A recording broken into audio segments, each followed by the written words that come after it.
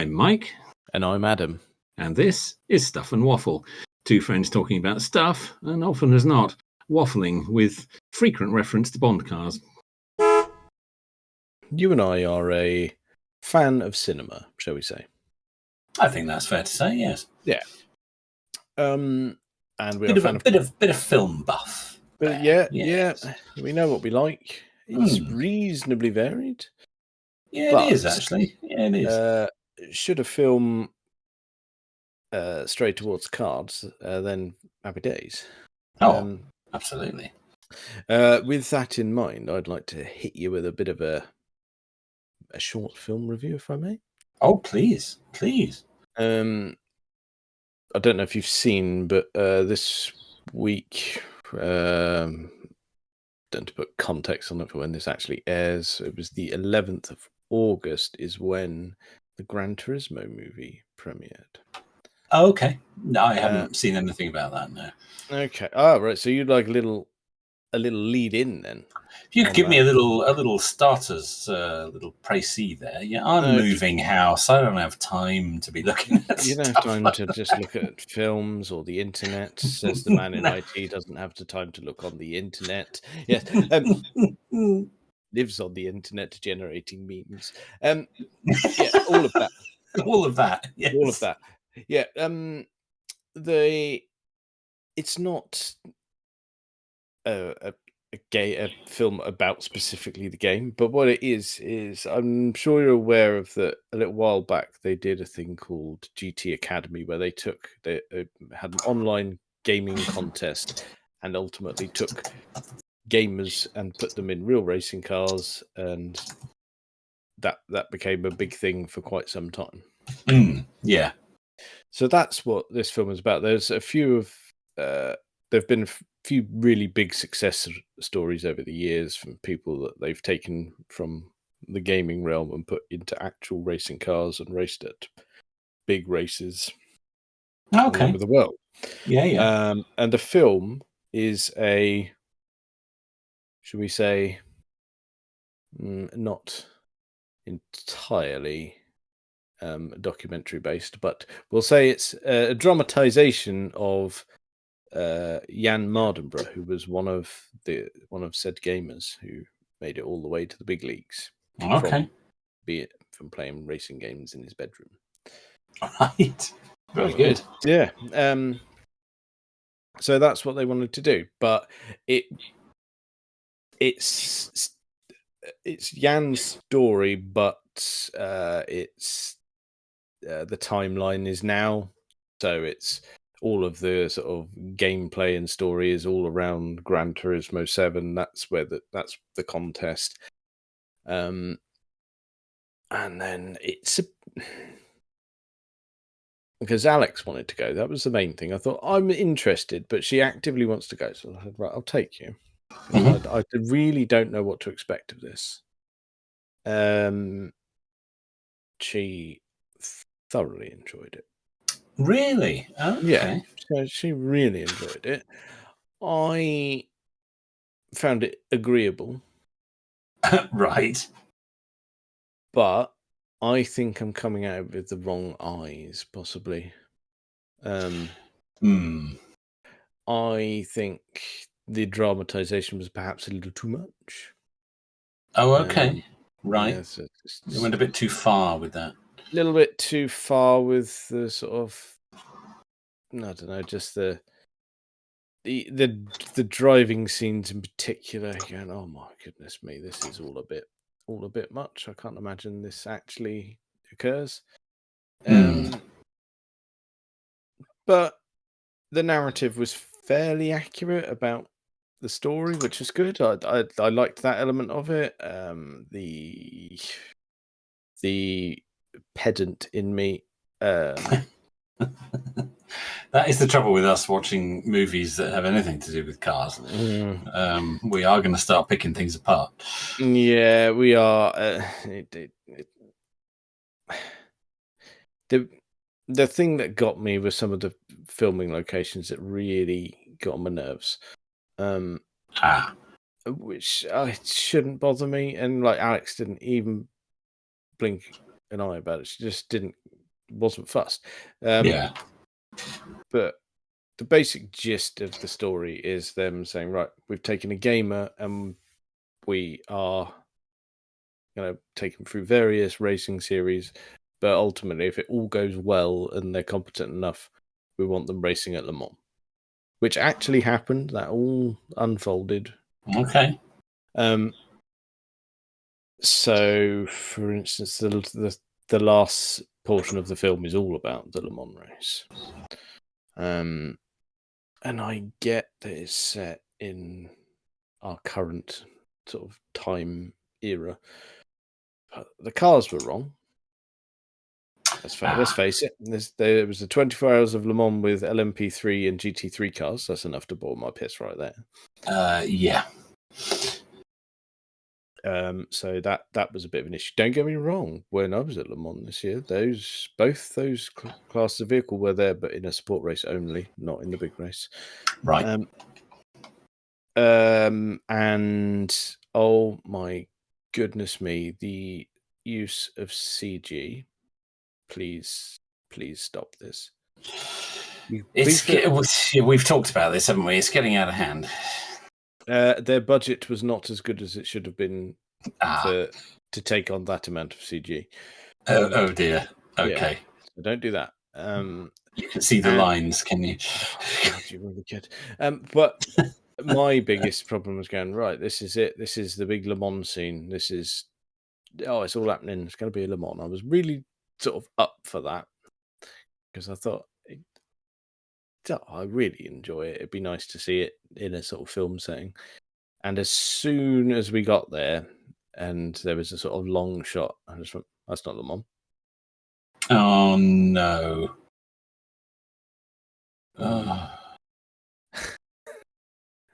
And then the next bit, then in the next breath, or well, internal breath anyway, it was Grandad's monologue in his head.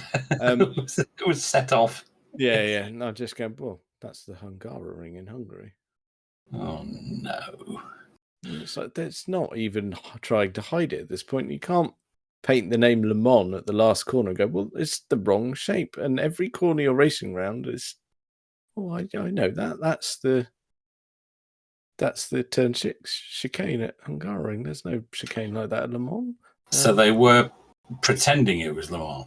Yeah, and I don't know if they were hoping no one would notice, or obviously that's unlikely with the sort of people that are going to be watching it.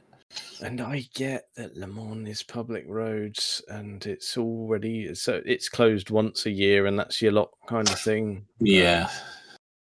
Surely for a film you can go and pinch it a little bit, maybe. Could have arranged something early on a Sunday morning or something like that, surely. Yeah, and the other movie companies are able to close down cities and things. They get permits from places like New York and London, and you film very early in the morning when you're not really in anybody's way, and they close off streets and things like that. It's doable, isn't it?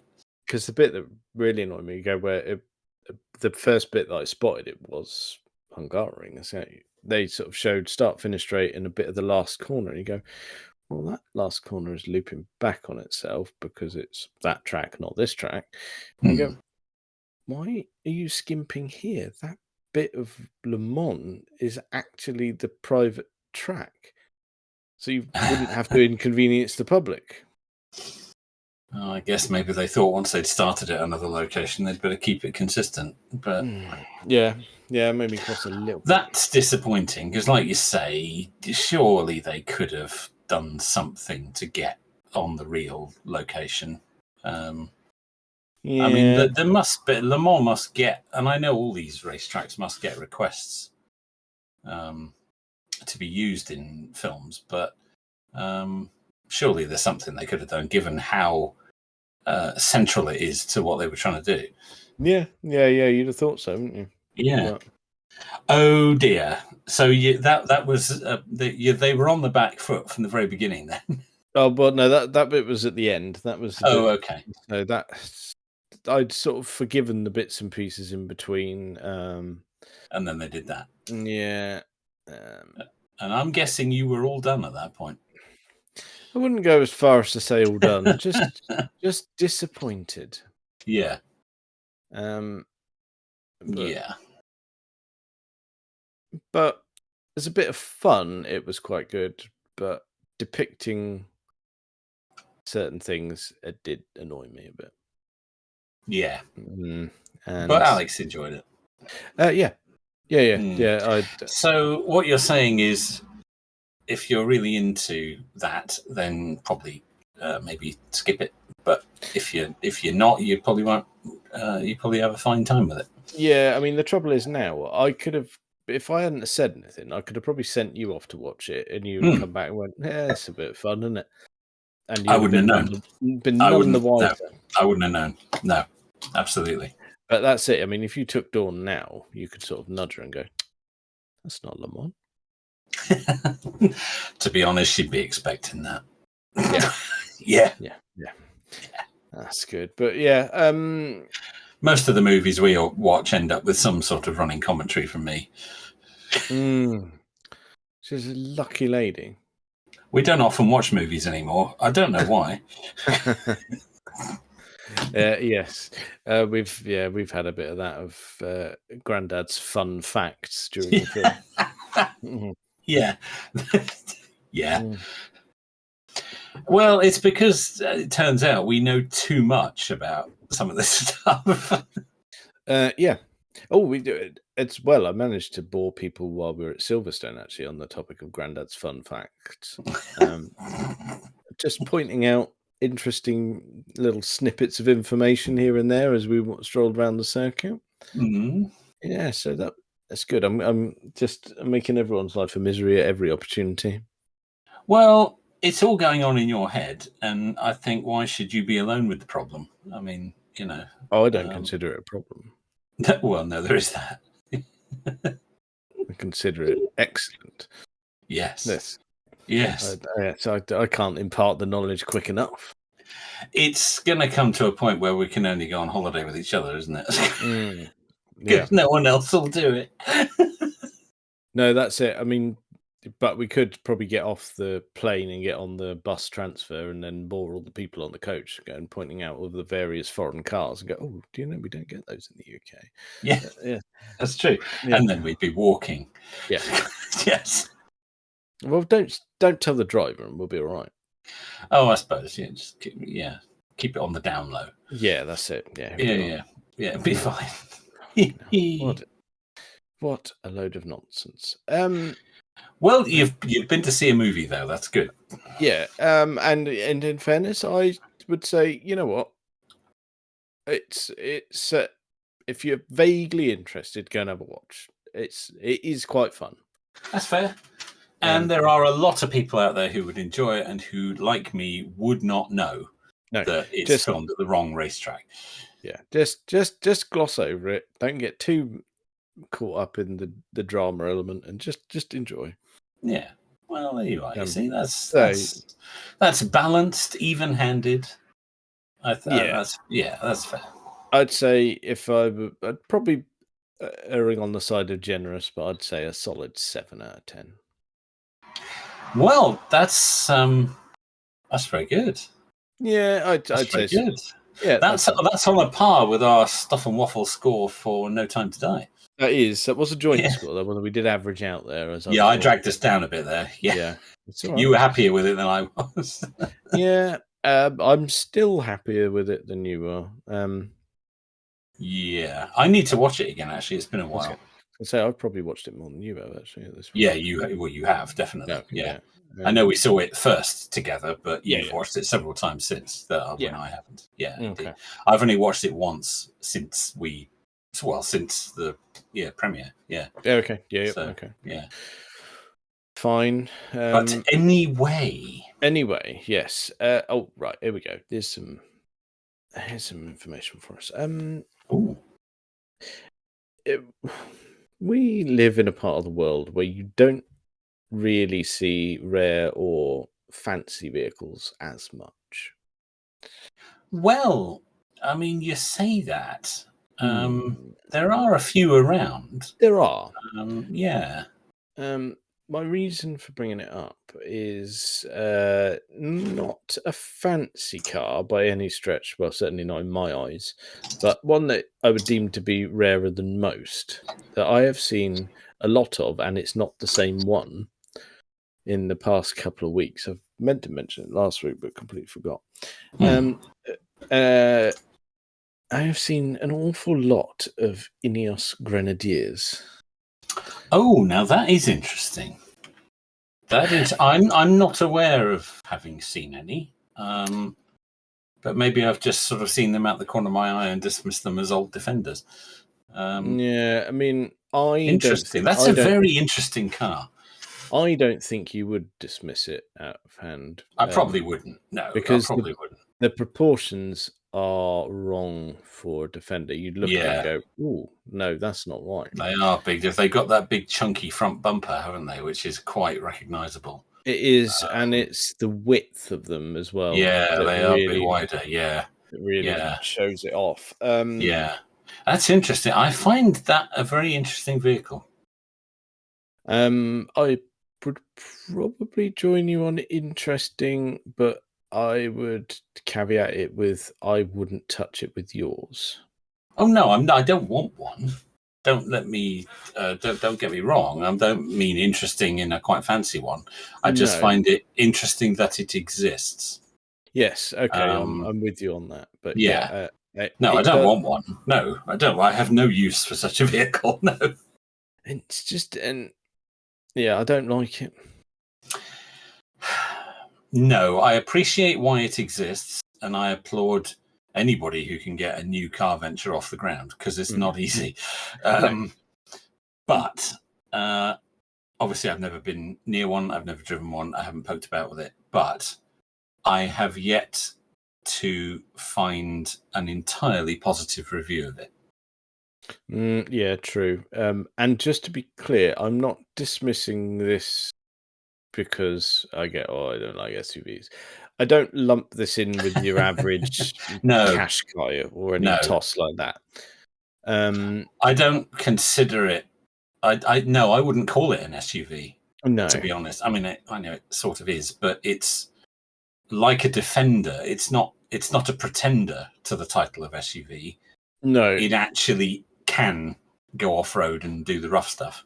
Yes, it does appear to have the credentials to back up the visuals. Yeah, I think that's the key. It's not just a high riding hatchback like most SUVs are.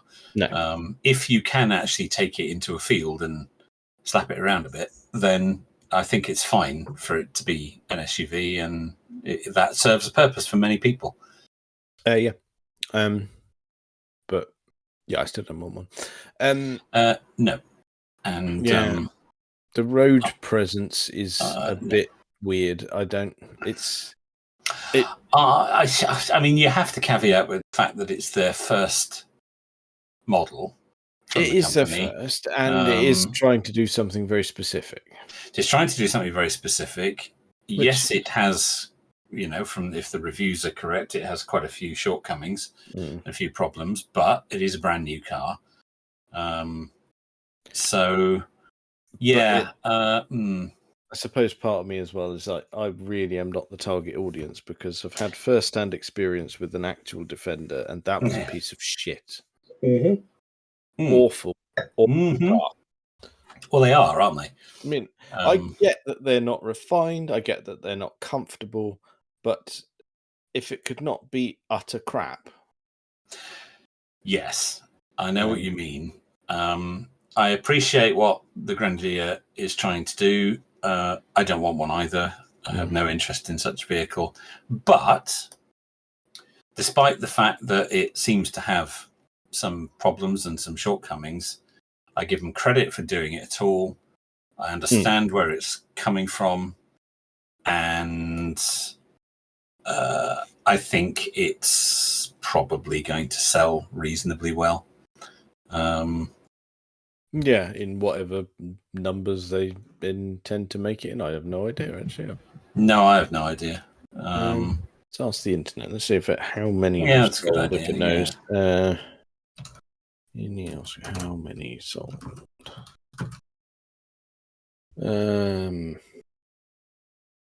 Okay, this is a very independent website, so you would hope A very independent website.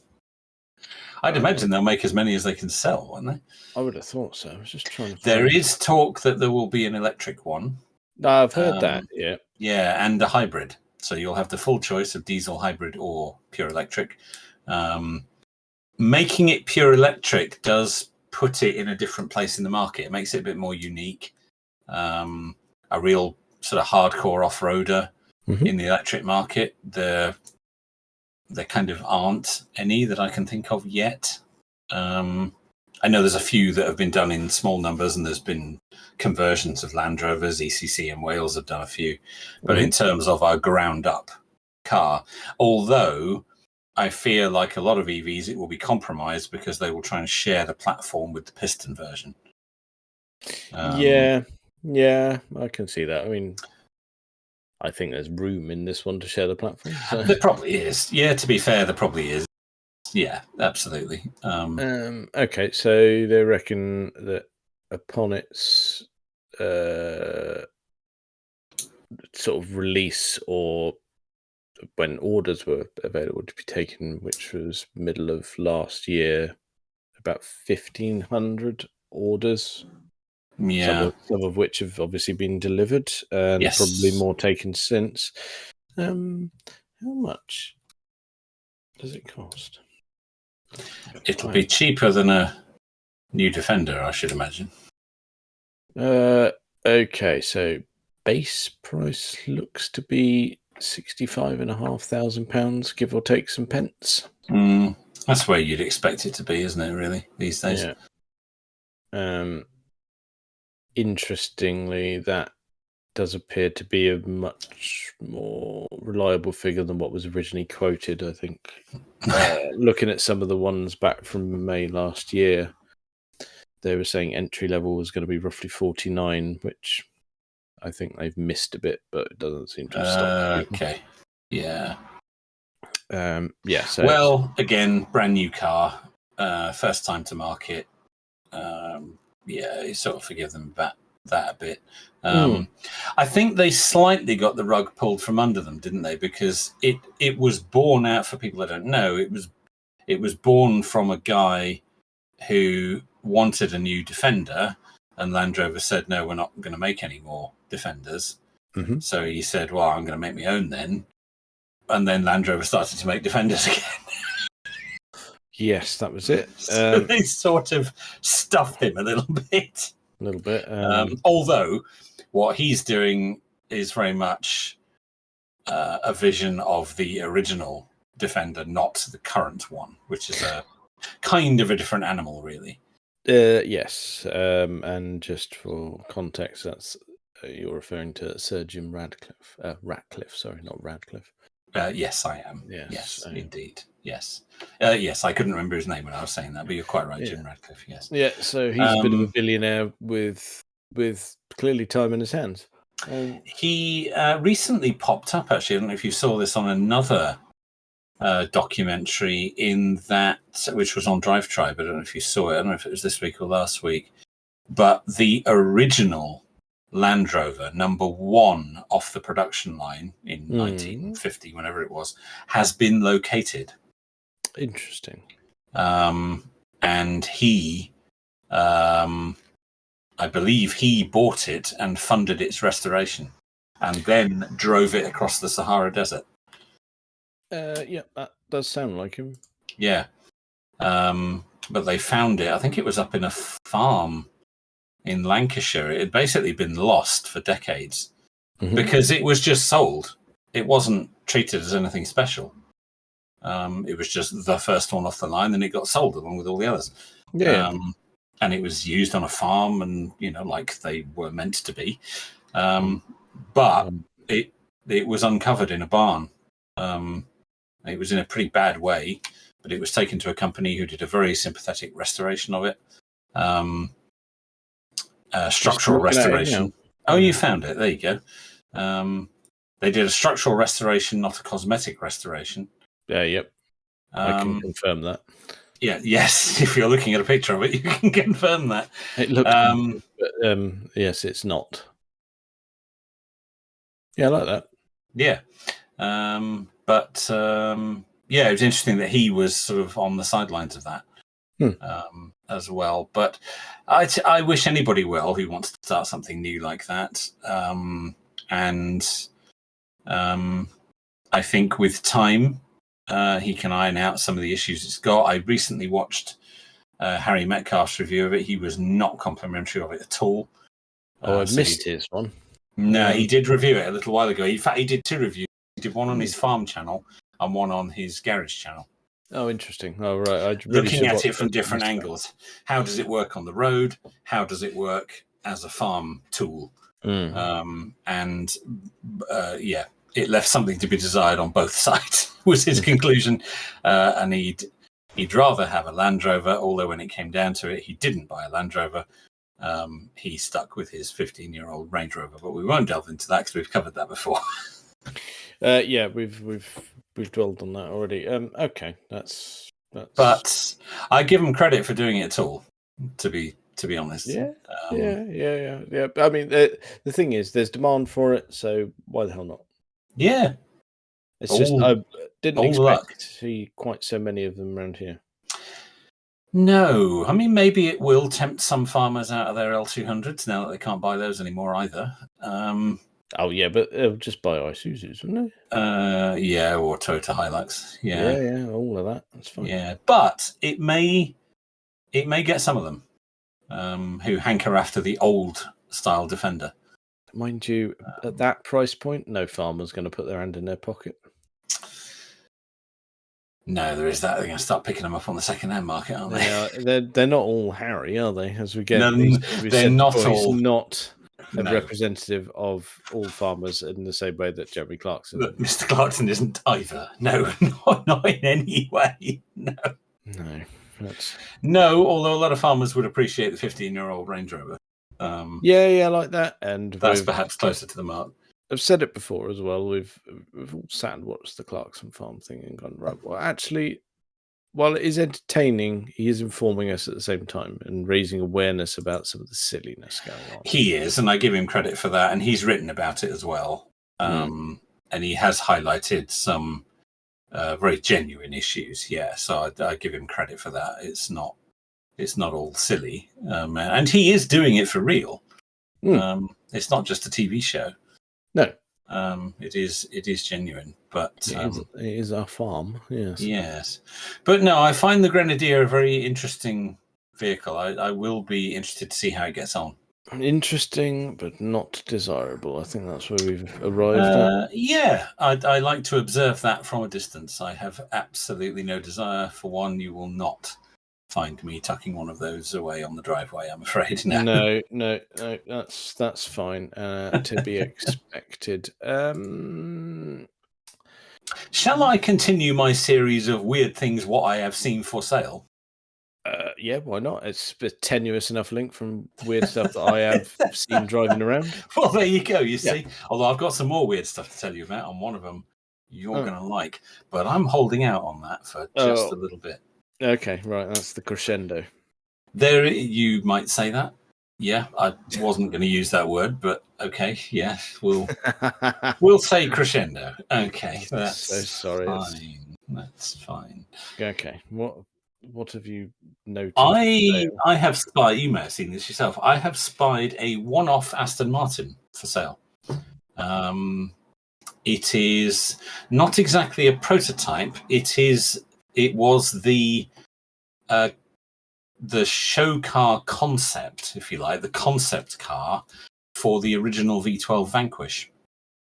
I'd seen nothing of this. Okay. It has come up for sale. It's obviously 25 years old. I'm presuming it's been in storage somewhere, but it's not, as I say, it's not the prototype. It's not a production mule. It's not a test car. It was the original concept car, the show car for the Vanquish. I'm attempting to find it as we have a look for it. It looks largely like it did. It was based on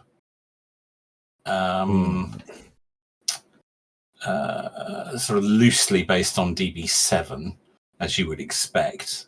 You might have to festoon me with a link. Let me festoon you with a link, and then you can have a look for yourself. I'm having lots of pictures of Vanquish, but none of them are claiming to be the... Okay, right. One moment. Just trying to find you here. Bang. Thank you very much. Here we go. Get your peepers around that. It's green. What a fitting colour. That's lovely. It's nice, isn't it? Yeah. Bit of tan inside as well there. I really like that. It's a colour combination. I think that's cracking. Yeah, that's all right, that is, isn't it? Yes. Look at that. Still got some Ford switchgear in there. Oh, of course. Oh, it comes firmly from... Yes, it's definitely a product of the Blue Oval. First shown back in 1998. Project Vantage, as it was called at that time, was shown at the Detroit Motor Show, and Aston Martin said they wouldn't be making it. But if you look at the pictures, it's not that far removed from what we eventually got. No, it's only subtle things, isn't it? It is. I can only pick out a few bits and bobs that I can see are very obviously different to what we eventually got, but it's really close. Yeah, it is. It really is. So's the interior, actually. Well, it's the left-hand drive, but Right. So I skimmed over this. Are we Yes. saying that this is coming up for sale? Well, that's what it claims. Yeah, here we go. There isn't a price listed yet. It's undergone a far-reaching restoration. Once in a lifetime opportunity to buy a unique Aston Martin. I don't know if there's a link to No, there is. I found it. Oh, you found it, have you? Oh, well done. TOA. Yeah. I hate it when they do that. I do. It is going to be a telephone number, though, isn't it? There is a telephone number.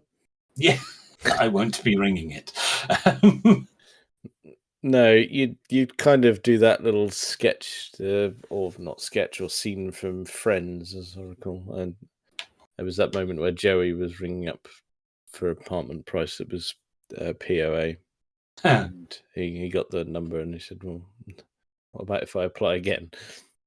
I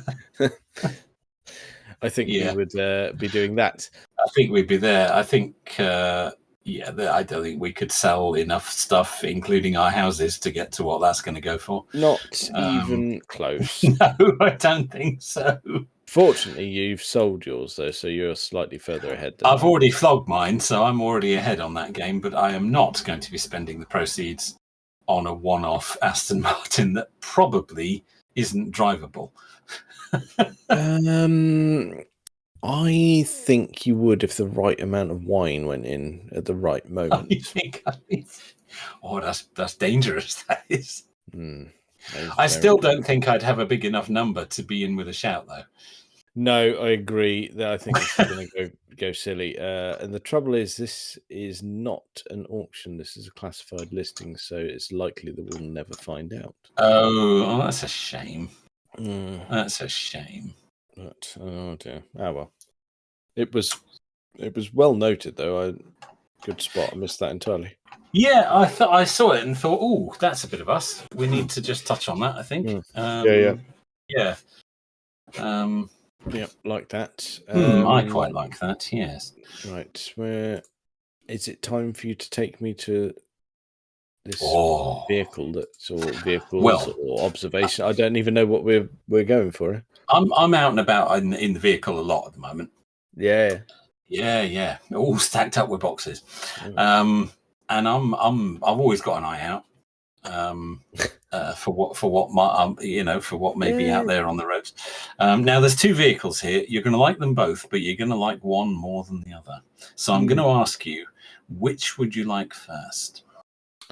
The one you're really going to like, or the one you're going to quite like? I'll have the quite like first. The quite like first. Okay. I followed this car for quite a distance. It pulled out in front of me, not in a bad way. It just happened to be in front of me. And it looked absolutely mint. It was a 1987 on an F plate. Mark II Ford Fiesta Ghia. 1.1. Fancy. In silver, and it looked absolutely mint. What are you doing driving that round here at the minute? The weather cannot behave itself. It was, let me say, it was driven, because I saw her pull out. It was driven by shall we say, an older lady. I've got her pictured. Yeah. Right. I think there's a very good chance she's had that from new. I was just going to ask, are we saying original owner here? We got just can't think what to replace it with. Old money car. Yeah, it is, isn't it? That's proper old money. Yeah, because I think because it's the Ghia. I mean, she's going to have all the velour in there. She's going to have the radio cassette. Possibly a fifth gear. A fifth gear, a 3-speed fan. And I'll hazard a guess, and I am going out on a limb here, a rev counter. A rev counter. I was thinking the same, actually. Yes. I think we're in the heady heights. She may even have an automatic choke. I'm not sure about that one. I may have gone too far. Well, my Micra of a similar age had an automatic choke. Well, that was Japanese efficiency for you, though. My Mark IV Escort was an E plate, so previous plate to that, but same era as that Fiesta, and that had a manual choke, but I only had the GL, not the Ghia. Ah, okay. I was a little bit further down the pay scale there. Yeah, well, it was your first vehicle, wasn't it? So... It was my first vehicle. I was very much at the bottom of the pay scale. Yes. Yeah. You were lucky to have transport. I was. Yes, I had to borrow the money to buy that. Fiddle with your own choke, I'm afraid. Yes. I had my own lever that went in and out, not like that. Yeah. But I thought, where do you see that? I mean, that was just, and I followed it for quite a distance. And yeah, I couldn't see any rust or anything on it. It looked mint. Which, I mean, is a miracle, really, especially if it is. If the theory is correct about it being the first, still under its first owner, and you go, well, it's clearly been used. Yeah, well, it's being used. Yeah, It turned into a supermarket. So, all right.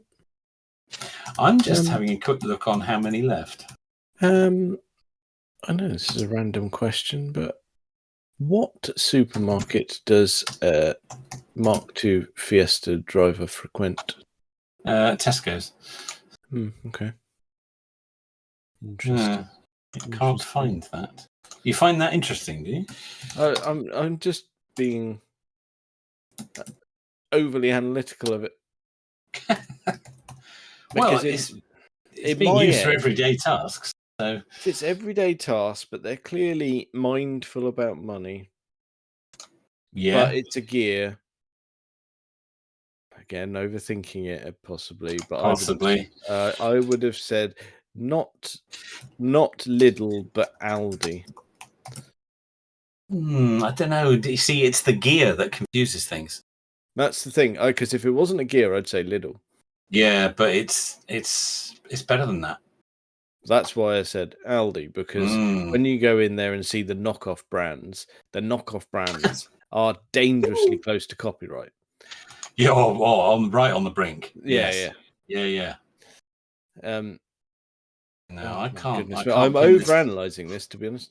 You probably are. I can't pin this down on how many left. What, a specific model? Yeah, I'm getting 90s models, and it's earlier than that. Would it be that one? It wouldn't be 16 valve. It's before that. Oh god. Would it be that one? Oh yeah. I mean, you've chosen Ford Fiesta. You are in a sea of. Exactly. It doesn't go back. I don't think it goes back far enough. I don't know how to. I don't know how to pin that down really, because I don't know which. You type in Ford Fiesta gear. I mean, there's loads of them. Yeah, I mean, I can do the same thing, but it's going to be a nightmare. So. Yes. No, I think we might have to leave that. I don't think I can go back far enough. Yeah, the fact that it doesn't really allude to. Anything. Doesn't specify. I'm not sure which Ford Fiesta gear I'm looking at. So, year of manufacture. Oh, hold on. Where have you found year of manufacture? 1987. If you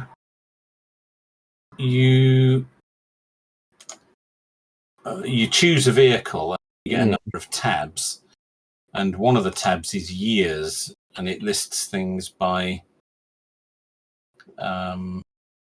year of manufacture. Yeah, okay. But according to this, now would F plate be 87 or 88? Could be either, couldn't it? Yeah, I think it crosses over both. I found. Well, I've had a punt and I clicked on the Ford Fiesta Gear 5-speed. Okay, I went for the 4-speed. Okay. Could be either. To be fair. In terms of the 4-speed on the road from 1988, there are 3. 7 on Sawn. So the 5-speed will be up to the very latest stats: 6 on the road, 22 Sawn. Okay, so whichever it is, that is an incredibly rare car. Yeah. Less than 10. Rarer than an Ineos Grenadier. Well, it certainly is, isn't it? Yes, well, they're still building more of those. Yeah. That is an incredibly rare car. Wow. I don't know whether that would be a 4-speed or a 5-speed. I think my Escort of that era was a 5-speed. Mm-hmm. So the Fiesta gear probably would be 2. So what did you say that was? 6? 6 on the road. Well, I may have seen one of them this morning. Oh, that's quite a thing, isn't it? That's glorious, isn't it? Yeah, well done, you. 6. Blimey. And well done to them for keeping it going. It looked immaculate. It really did. I couldn't see any rust on the tailgate or the doors or anything. It looked really nice. And there it was, trundling down the road at 30 miles an hour. Right. So that's one I'd quite like. And I'm thinking I'd really quite like that. So what do I really want? Well, on a subsequent journey, and I didn't follow this, it was going the other way, so I passed it. Mm-hmm. Yeah, you're going to really like this one. Go on then. Was a Renault 4. Oh, yeah.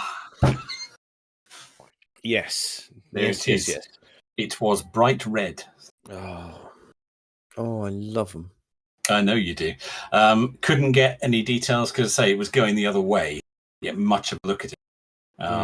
But I thought I'd mention it because I know you've got a real soft spot for those. I do really like a Renault 4. Yes. It's a bit of an issue in our house because, I mean, it's not something that I go around conversing about all the time.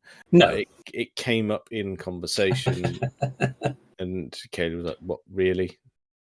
One of these? Yeah, one of those. I think you're going to have more luck with the Nissan Cube, to be honest. Yeah. Well, she was quite keen on the Cube. It was just not fit for purpose in the end. So yeah. But unfortunately, it would seem that a Renault 4 is a no. Is that a hard no? Oh. Well, it's like, well, if I buy it, then there's it's there, isn't it? Then yeah. Not that I'm strictly in a market for it, but it's one of those things that you go, right, if you get to a point in life where you can accumulate a couple of vehicles and have somewhere to keep them. Yeah. I'm not saying I want a fleet by any stretch, but I go, here's an old car that's just a really simple old car that's a bit of fun. Yeah. That would be my go-to. And there's nothing wrong with that. Nothing wrong with that. You're right. I would want one of those.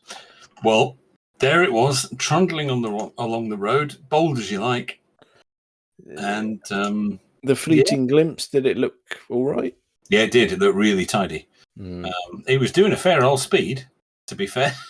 Oh, that's good stuff. Oh, I do like that.